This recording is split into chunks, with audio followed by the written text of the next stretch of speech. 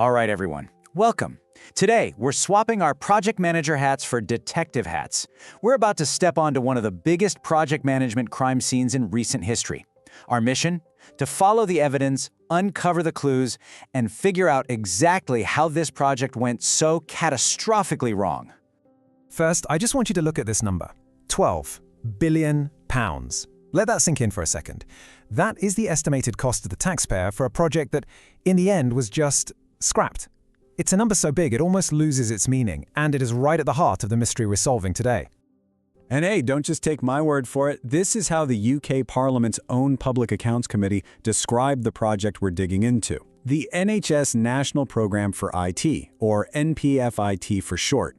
When a government committee uses words like fiasco, you know things have gone completely off the rails. So, what was this thing even supposed to be? You know, every investigation has to start at the beginning. So let's take a look at the plan before it all went sideways and turned into the crime scene we're investigating now.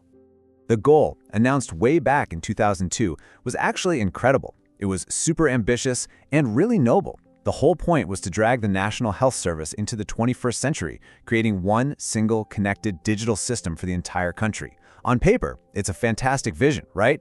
But as we're about to see, a great vision is nowhere near enough. Now, to solve this case, we need the right tools. And for us, project managers, that means we have to speak the same language, especially when we talk about uncertainty. So before we look at the evidence, we need to master our forensic toolkit. What is the difference between a risk, an issue, and an assumption? First up, we've got risks. I want you to think of these as the what-ifs. They are potential storm clouds on the horizon. For the NPfIT team, a huge risk should have been, what if the thousands of doctors and nurses, the actual users, refuse to use the system we're building? It's a future possibility you have to plan for. Next, we have issues. An issue is what happens when a risk decides to crash the party. The what if becomes a what now. The storm isn't on the horizon anymore. It's right on top of you. In our case, a massive issue was when a key contractor, Accenture, literally walked off the job in 2006. That's not a what if. That's a 5-alarm fire burning down your project plan. And finally, maybe the most dangerous of all, assumptions. These are the things we just accept as true so we can get on with planning. The NPfIT team made a gigantic one. They assumed a single, one-size-fits-all solution would work for the entire, incredibly complex NHS. When that assumption turned out to be false, it didn't just create a risk, it blew a massive hole in the project's foundation. Now here's what's so critical to understand. These three things are linked in a chain reaction. When you fail to question your assumptions, you create new risks. And when you fail to manage those risks, they turn into the project-killing issues that bring everything crashing down. It's a domino effect, and our job is to find the very first domino that fell.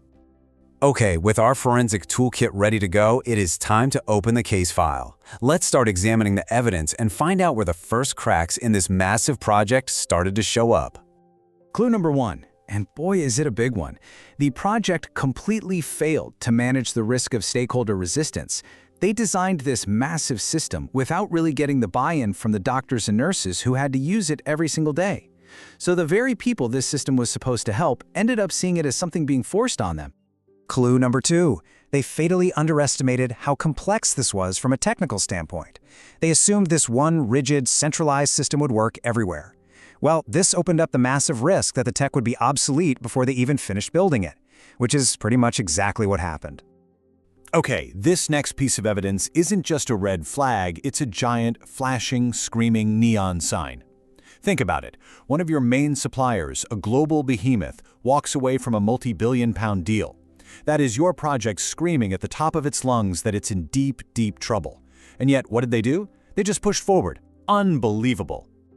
The numbers here tell a really terrifying story. That initial budget wasn't just optimistic, it was pure fantasy.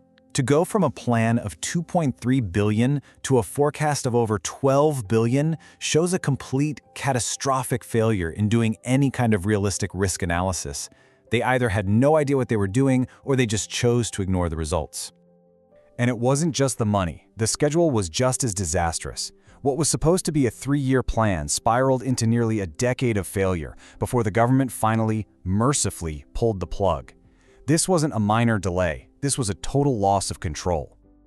So, with all of these alarm bells ringing, suppliers walking out, costs exploding, You'd think there was a backup plan, right? Some kind of contingency for if things went south? Wrong. They had no exit strategy. They were so committed to Plan A, they never even considered a Plan B.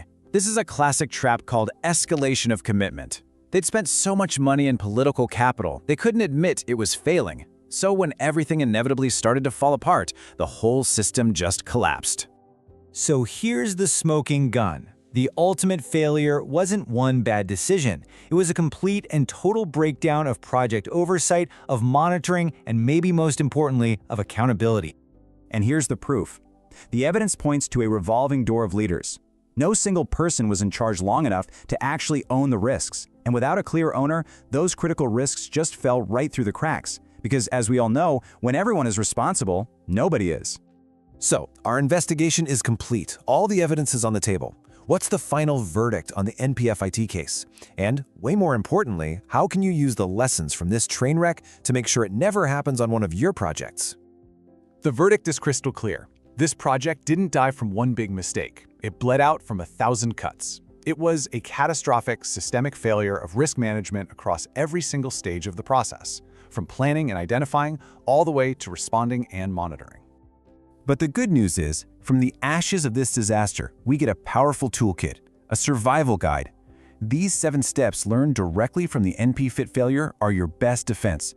These aren't just buzzwords. These are the hard-won principles that could have saved billions of pounds. Make them the foundation of every single project you run. And that brings us to one final question I want you to take back to your teams. Think about your project right now. What is the one risk that everyone kind of knows is there, but nobody wants to talk about? The elephant in the room, and more importantly, who truly owns it? Answering that question might just be what saves your next project from a similar fate.